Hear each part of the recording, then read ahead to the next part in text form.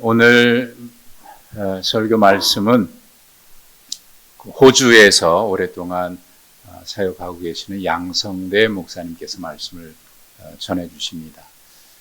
양성대 목사님은 호주에 지금 한 20여 년 사역하고 계시는데, 지난 6월 달에 호주 선교 교육대차 호주를 방문했을 때 그때 만나 뵙고 깊은 감동을 받았고 또 존경하는 그런 마음으로 귀한 교제를 가졌는데, 그래 여러 일로 인해서 한국을 5년 만에 방문을 하셨다고 해요. 그래서 오신다는 얘기를 듣고 꼭 우리에게 오셔서 말씀 전해 주십사 부탁을 드렸습니다.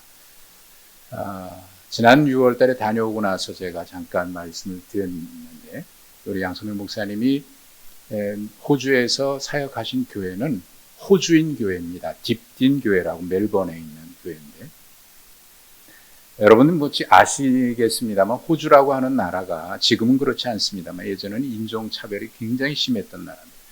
소위 백호주의라고 하는 정책이 있을 만큼. 그런데 그 나라에 있는 교회가 한국인 목사님을 담임 목사님으로 청빙한 겁니다.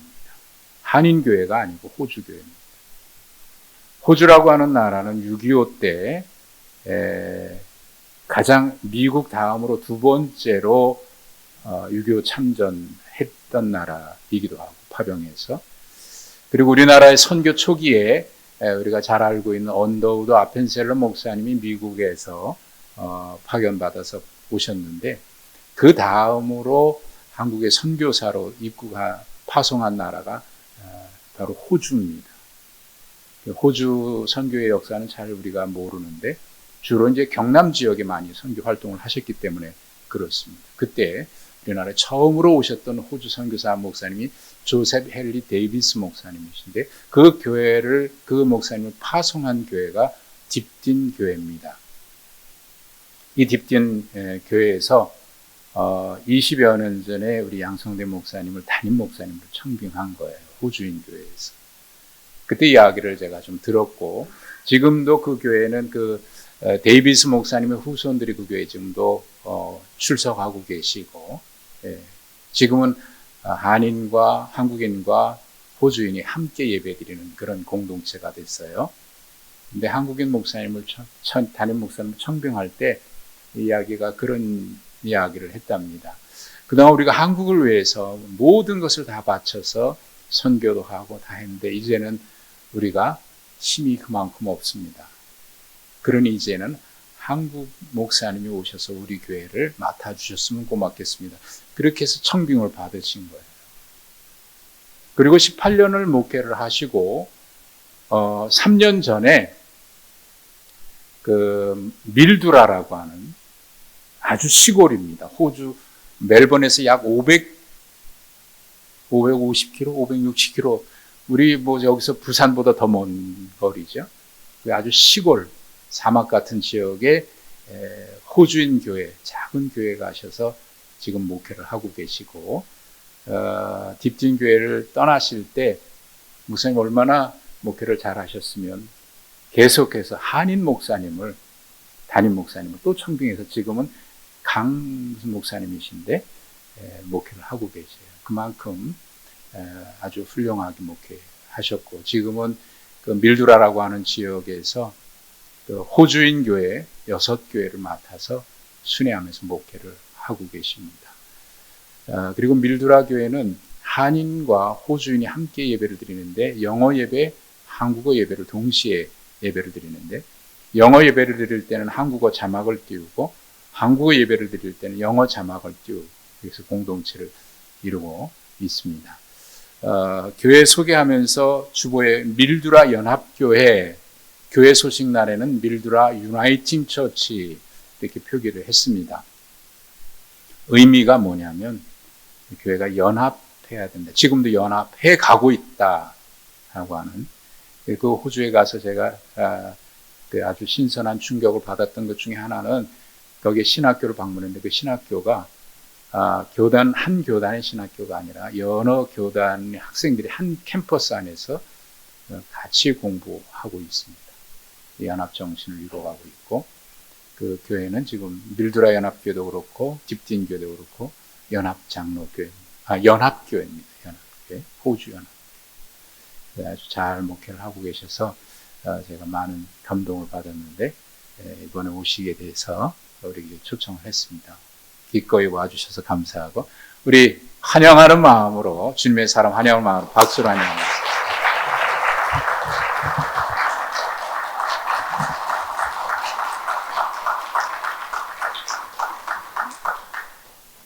변변치 못한 사람을 굉장히 훌륭한 사람처럼 강 목사님이 소개를 해주셔서 몸둘 바를 모르겠습니다.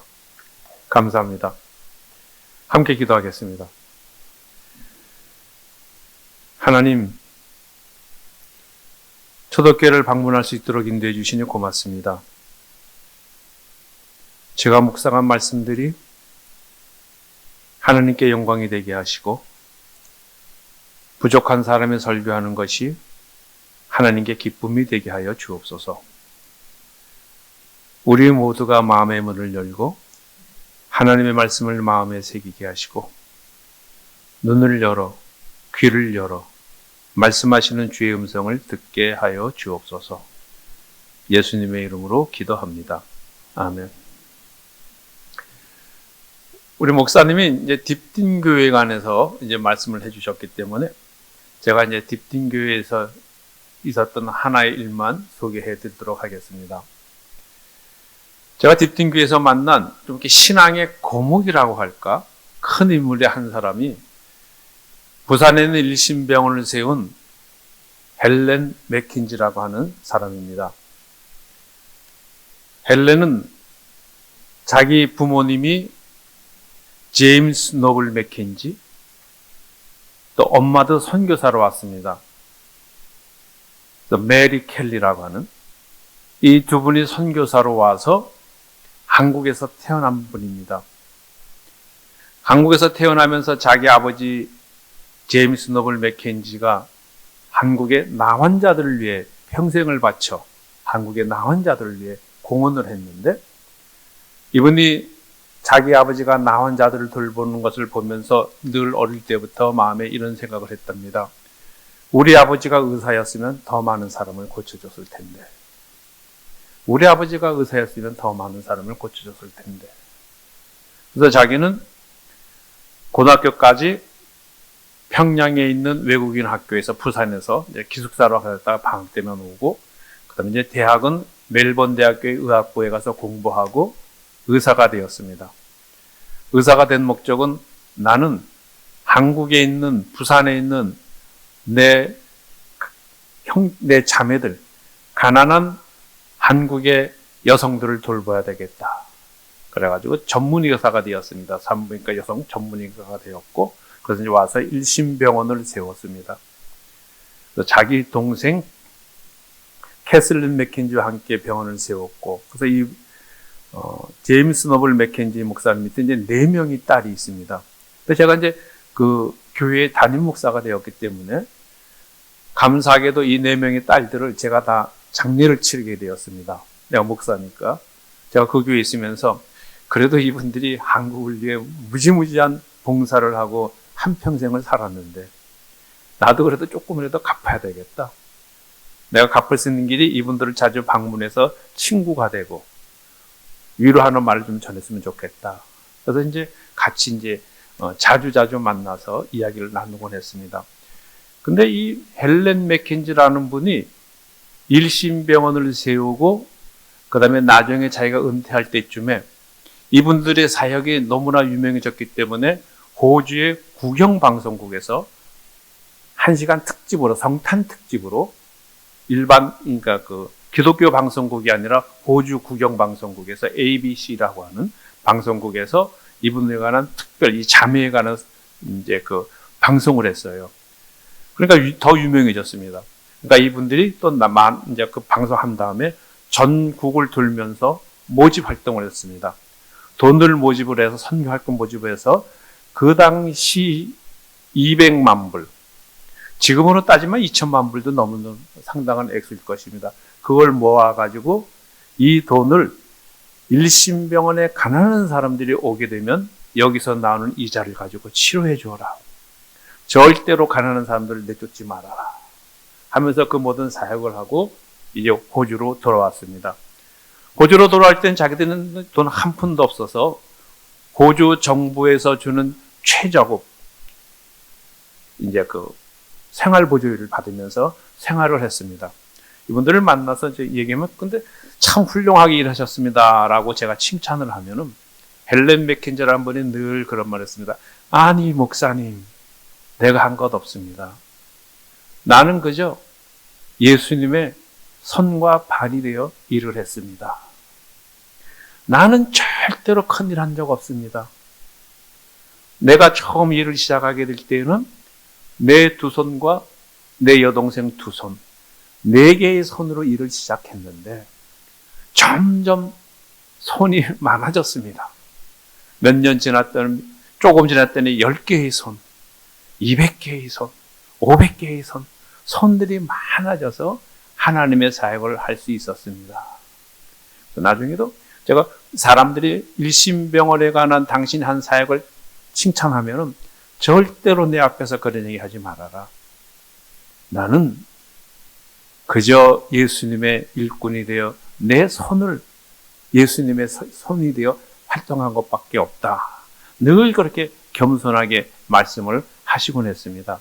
그래서 이제 그런 분들을 볼 때마다 제가 이제 겸손해지는 거예요. 야, 이거 참, 이렇게 훌륭한 분들도 아무것도 아니로 예수님 앞에서 겸손하게 살아가는데 조금이라도 잘난 척 하면 안 되겠다 하는 그런 다짐을 하곤 했었습니다.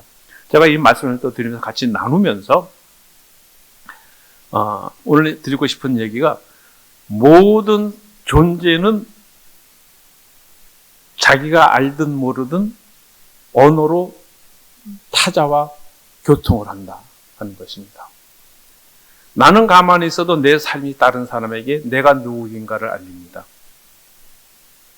여러분들도 가만히 있어도 여러분들이 선한 말을 한다 하더라도 행동이 그와 불일치되면은 선한 말의 그 언어가 남들에게 말을 하는 것이 아니라 여러분의 삶이 남들에게 내 존재는 어떤 존재이다 하는 것을 말을 하게 됩니다.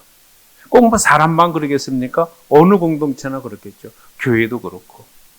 아마 이런 각도 속에서 오늘 우리가 한번 이렇게 내 신앙은 무슨 언어로 표현되는가 하는 것을 한번 생각해 보시면서 말씀을 같이 한번 하나님의 말씀을 나눴으면 좋겠습니다. 종종 우리는 사람들과의 관계가 파괴되기 때문에 어려움을 경험합니다.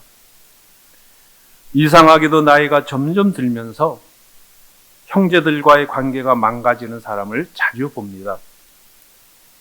아마도 나이가 들면서 가치관이 틀려지고 사는 방식도 서로 많이 달라졌기 때문에 어릴 때는 화목했던 형제들이 50이 되고 60이 되고 40이 되면은 점점 관계가 벌어지고 다투고 만나지 않는 경우들도 종종 보게 됩니다.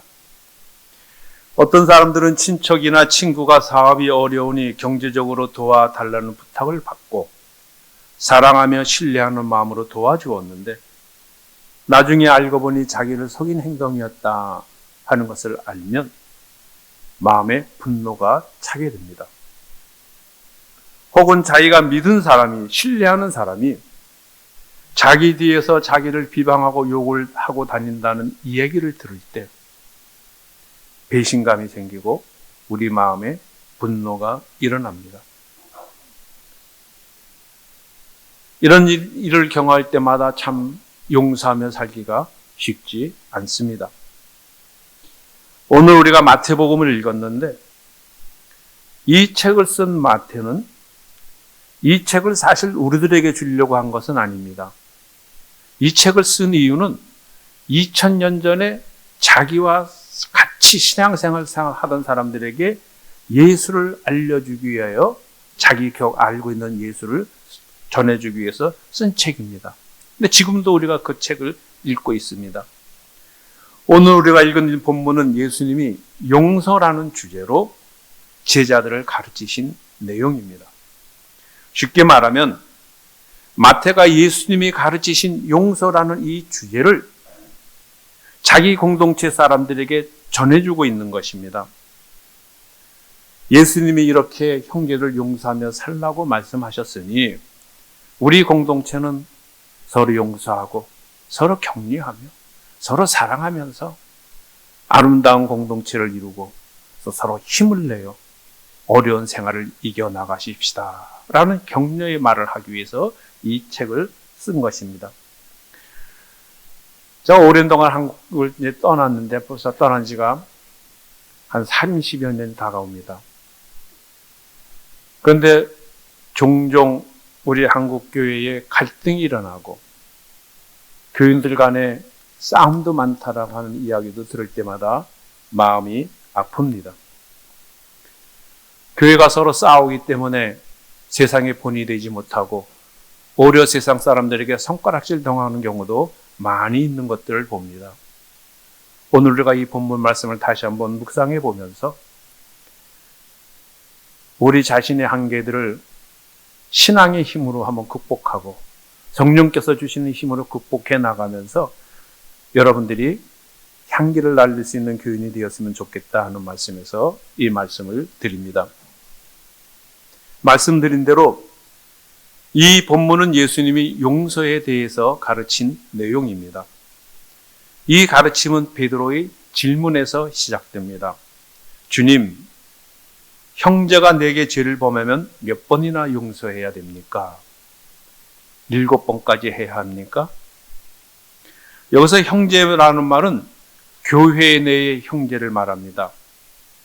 그래서 영어의 표준어 성경 번역 속에서는 그 New Revised Standard Version, Revised Standard Version에서는 이렇게 쓰여 있습니다.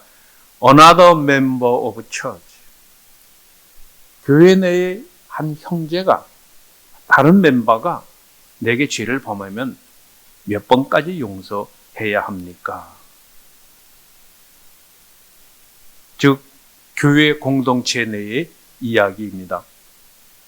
여러분, 교회 내에서 형제 자매들이 죄를 범하면 몇 번까지 용서해야 합니까? 이 고민이, 우리의 고민이 지금 베드로의 고민인 것이어서 질문을 합니다. 이 당시 유대인 공동체에서는 바리새인들과 율법 교사들이 지도자였는데 이 사람들은 3번까지 용서해 주라 그랬습니다. 그래서 베드로가 7번까지 해야 됩니까? 하는 말은 자기가 배운 것보다 굉장히 많이 덧붙여서 이야기를 한 것입니다.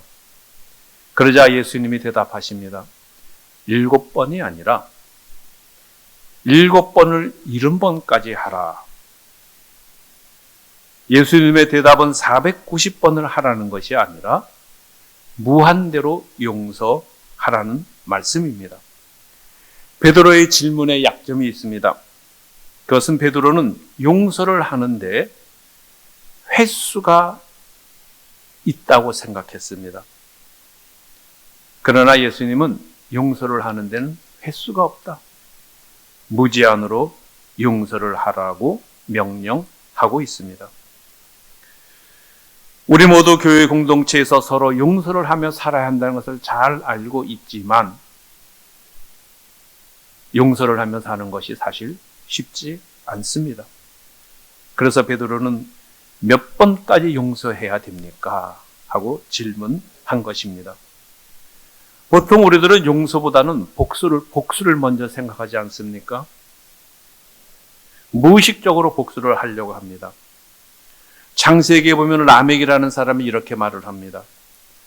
가인에게는 7배의 복수가 있을 것이다. 가인에게 무슨 말을 하는 사람이다. 그러나 라멕에게 복수를 하고자 하는 사람은 77회의 복수가 너에게 있을 것이다. 라고 하면서 복수를 심하게 얘기합니다. 구약성경에서는 눈에는 눈, 이에는 이로 갚으라. 복수에 관한 이야기가 보편적으로 가르쳐주고 있습니다. 우리 한국 역사도 그렇지 않습니까? 세계 역사가 그렇습니다. 제가 어렸을 때 60년대 TV를 보면은 많이 나온 이야기 하나가 우리 가문과 다른 가문이 싸웠는데, 원수였었는데 그 가문을 무찌른 이야기 얼마나 많았는지 모릅니다. 근데 원수를 갚은 사람이 영웅으로 묘사됩니다. 참 훌륭하다. 원수 갚았다. 이것이 세상의 가르침입니다. 그러나 우리 예수님은, 기독교인은, 그리스도인은 원수를 갚는 것이 영웅이 아니라 용서하며 살아가는 사람이 영웅이 된다. 영웅으로 살아라. 그러려면 용서하며 살아라 하는 말씀을 전하고 있습니다. 우리가 용서를 통해 형제들과 화해를 할 때 우리의 형제 자매들을 잃지 않게 됩니다. 용서하지 않으면 형제 자매가 이뤄지게 됩니다. 10년, 20년, 30년 사귄 사람과 끊어지게 됩니다. 그러나 용서하면 우리의 형제 자매로 한 식구로 살아갈 수 있게 되는 것을 우리가 잘 알고 있습니다. 예수님이 말씀하신 비유도 이와 똑같습니다. 이 비유에서 예수님이 분명하게 우리들에게 전해주는 것은 사람이 용서를 할 수 있는 근거, 사람이 용서를 하는 뿌리는 예수님의 은혜를 경험하였기 때문입니다. 만약 우리가 하나님의 은혜를 경험하였으면 이 하나님의 은혜를 이웃을, 형제를 용서하는 삶을 통해 나타난다는 것입니다. 이 비유에서 나타나는 왕과 같이 하나님은 우리를 늘 불쌍히 여기시고 자비로 우리를 대해 주신 분이십니다. 이 비유의 왕과 같이 하나님은 우리가 기대하는 것 이상으로 은혜로 우리를 도와주시고 끌어주시는 분이시라는 것을 말하고 있습니다. 자기가 갚을 수 없는 X의 빛을 진 종이 시간만 더 주면 갚겠다고 말을 했을 때 왕은 자비로운 마음을 가지고 빚진 종을 용서해 주었습니다.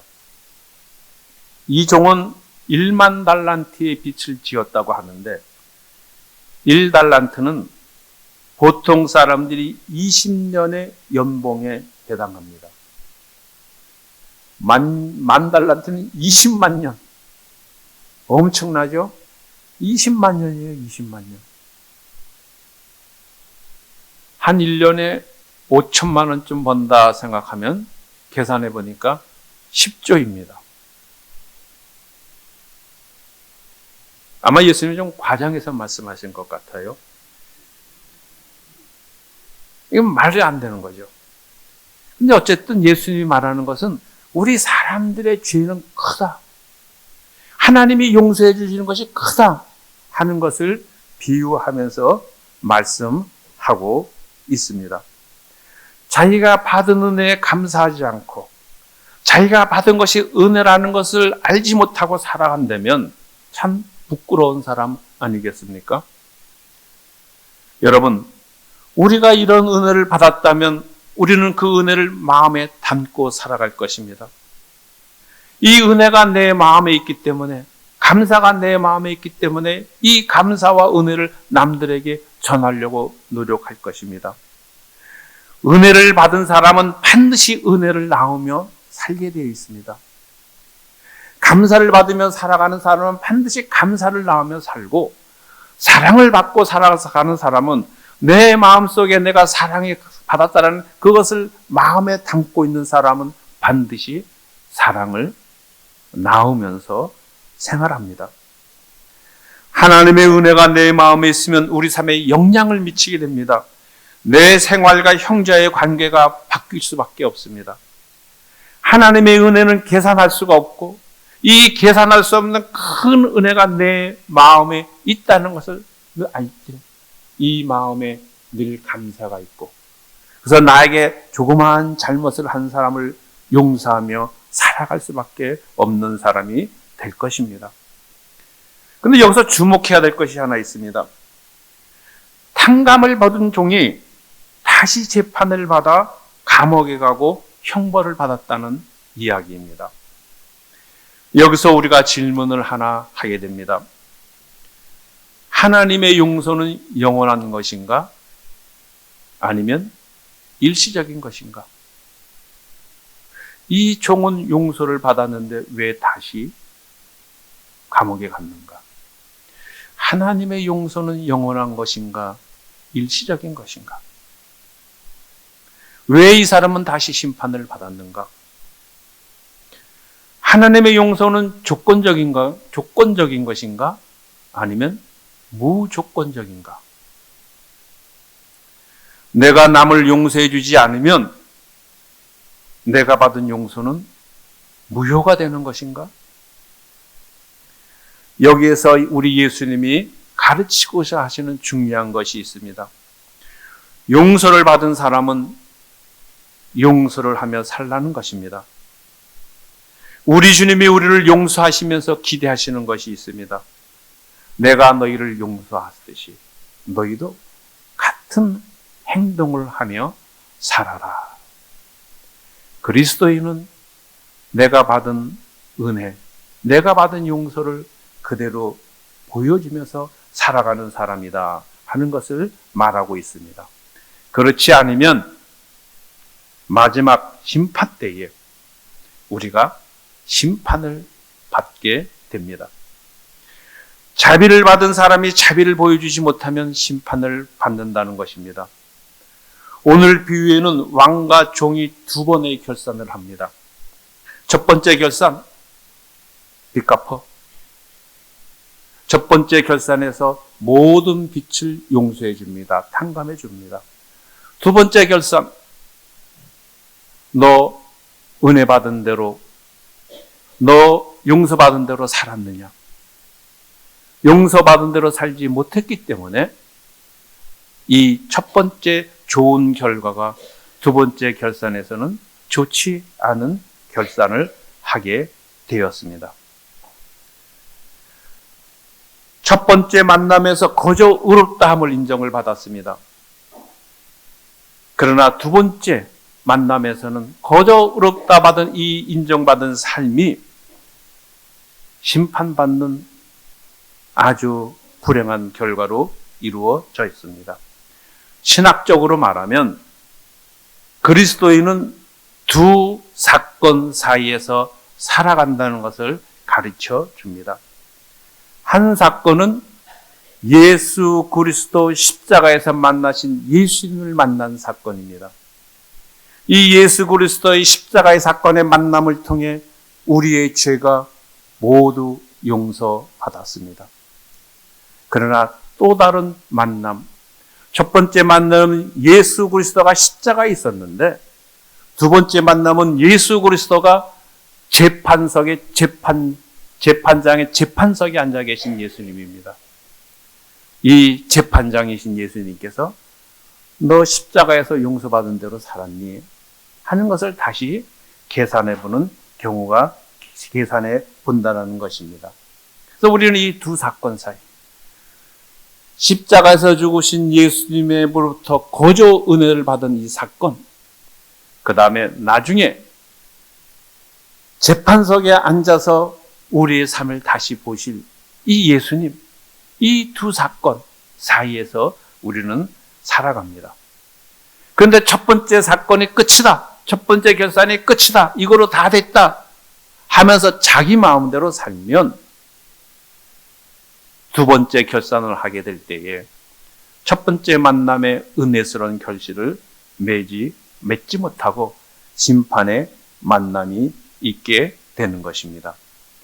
이 심판의 만남에서 예수님은 너 용서받은 사람인데 용서하며 살았니? 너 은혜 받은 사람인데 그 은혜를 네 마음에 새기며 살았니? 예수님이 그걸 보신다는 말씀입니다. 쉽게 말하면 10,000달란트의 빚을 탕감받은 사람이 자기 동료를 용서해 주지 못했습니다.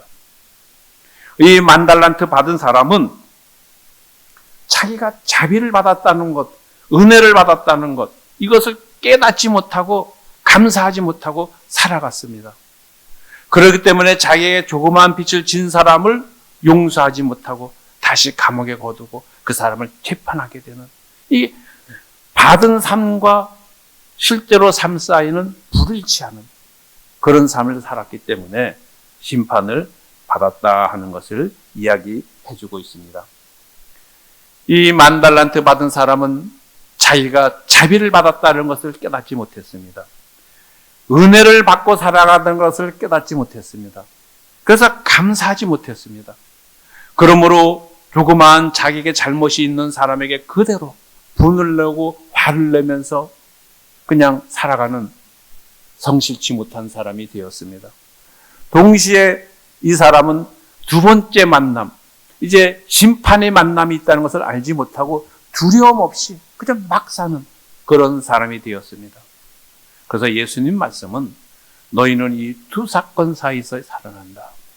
거저 받았으니 너희도 받은 대로 마음에 새기고 표현하며 살아가는 사람이 되어라 하는 것을 말씀하고 있는 것입니다. 여러분, 마태복음의 특징이 하나 있는데, 마태복음이 마태, 마가, 누가, 요한에 다 심판에 관한 이야기를 하는데, 마태복음은 특별히 심판에 대한 얘기를 할 때 그 대상이 전부가 그리스도인입니다. 비그리스도인에게 너에게 심판받는다는 얘기를 하지 않았어요. 한번 마태복음 자세히 읽어보시기 바랍니다. 마가나 누가나 요한은 비그리스도인이나 그리스도인이나 다 심판했을 것이다 그 심판의 얘기를 하는데, 마태만은 심판에 대한 얘기를 하게 될 때마다 늘 기독교인을 향해서, 믿는 사람을 향해서 이야기를 하고 있습니다. 이 이야기는 거저 용서받은 사람, 거저 은혜 받은 사람, 이 은혜를 마음에 새기고 살라는 것입니다. 2차 대전 말기에 보네포라는 독일의 신학자가 이런 말을 했습니다. 값싼 은혜가 지금 기독교를 망치고 있다. 예수님의 주신 십자가의 은혜는 값이 너무 비싼 것인데, 값으로 따질 수 없도록 귀한 것인데 사람들은 값싸게 여긴다는 거예요. 야, 나 은혜 받았으니 됐어. 예수님 만났으니 됐어. 그리고 자기 마음대로 이 종처럼, 이 10,000달란트 받은 종처럼 산다는 거예요. 근데 이 보네포라는 신학자는 하나님이, 예수님이 우리에게 주신 은혜는 너무 값이 비싸서 계산할 수 없는 귀한 것이다. 예수님의 발자취를 따라가야 되는 이 귀한 것이다 하는 것을 새기며 살 것을 말씀하곤 했습니다. 여러분, 용서하며 사는 사람이 왜 중요합니까? 한 예를 들어드리겠습니다. 한국 교회가 점점 약해지는 것 같습니다. 힘을 잃는 것 같습니다. 저는 그 원인이 하나가 갈등이라고 생각합니다. 용서가 없어요. 싸웁니다. 1907년도에 길선주 목사님이 한국교회의 대부흥운동을 일으키는 리더가 되었는데, 이분이 대부흥운동을 일으키기 전에 한 가지 새로운 것을 경험합니다. 이분이, 길선주 목사님이 평양에서 굉장히 미워한 사람이 있었어요. 그 사람이 선교사, 미국 북장로교회 선교사 맥퀸이라는 사람이 있었습니다. 근데 이 길선주 목사님이 맥퀸만 보면 고개를 돌렸어요. 보고 싶지도 않아 했어요. 저놈, 건방진 놈, 젊은 놈이 왜 이렇게 어른도 못 알아보고 지가 제일 잘난 줄 알아. 그래서 보지도 않았어요. 그런데 한 번은 길선주 목사님이 평양에 있는 한 교회에서 부흥회를 하게 됐는데, 그 교회에서 죄에 관해서 이제 죄라는 주제를 가지고 설교를 했습니다. 죄라는 주제를 가지고 설교를 하게 될 때 끈으로 자기 몸을 묶고 저 끝에서 자기 나가려고 하는 거예요. 근데 끈을 잡고 있는 어떤 사람이 찾고 있으니까 나가지를 못했어요. 근데 이쪽 편에 누가 앉아있었냐면 맥퀸이 앉아 있었어요. 이 끈을 자기는 나가려고 하고 끈은 못 나가게 하고, 그러면서 설명하기를, 죄가 내가 하려는 이 선을, 바른 것을 하지 못하도록 나를 이렇게 꽁꽁 못 나가게 한다. 이걸 설명하기 위해서. 이것을 끊기 위해서는 하나님의 은혜를 받아야 된다. 예수 그리스도의 십자가를 만나야 된다. 용서함을 받아야 된다. 이 설명을 하려고 했는데 나가려고 하고 붙잡고 있고 그러다가 그 사건이 딱 끊어졌습니다. 끊어졌으니까 자기도 모르게 나가려는 힘이 있으니 이 힘을 해서 뛰어나가가지고 저쪽까지 가서 맥균 선교사가 서로 앉게 되었어요. 맥균 선교사를 앉게 되니까 이상하게 자기가 전에 미워했던 마음이 없어지더라는 거예요. 아, 이 사람도 인간이구나. 그 후에 서로 만나 용서를 구하고 용서하고 화해를 하게 됩니다. 이 화해의 사건 이후, 용서의 사건 이후에 길선주 목사님이 다시 회개를 하면서 한국 부흥운동을 일으킵니다. 용서는 교회를 혹은 우리 삶을 부흥시키는 가장 중요한 영적인 힘입니다. 저는 우리 초대교회 여러분들이 늘 여러분의 신앙을 표현하는 길이 여러 가지 있지만 용서도 내가 그리스도인의 존재를 남들에게 말하는 한 길이라는 것을 기억하면서 용서를 통해 또 새로운 하나님의 은혜를 경험하기를 기도합니다. 기도하겠습니다. 사랑과 은혜가 많으신 하나님, 어떤 때는 우리가 예수님의 말씀을 우리 마음에 듣기 편한 것만 듣는 경우들도 많이 있습니다. 남을 용서해 주라는 말씀, 때로는 듣기 싫은 말인데 성령이여 우리의 귀를 열어주시고 우리의 마음을 열어주셔서 용서하게 될 때에 새로운 은혜들이 경험되고 용서를 통해 하나님 앞에 잘했다 칭찬받는 귀한 종이 된다는 것을 기억하며 우리의 믿음을 용서를 통해 표현할 수 있도록 성령께서 우리를 이끌어 주옵소서. 우리를 축복하여 주옵소서. 예수님의 이름으로 기도합니다.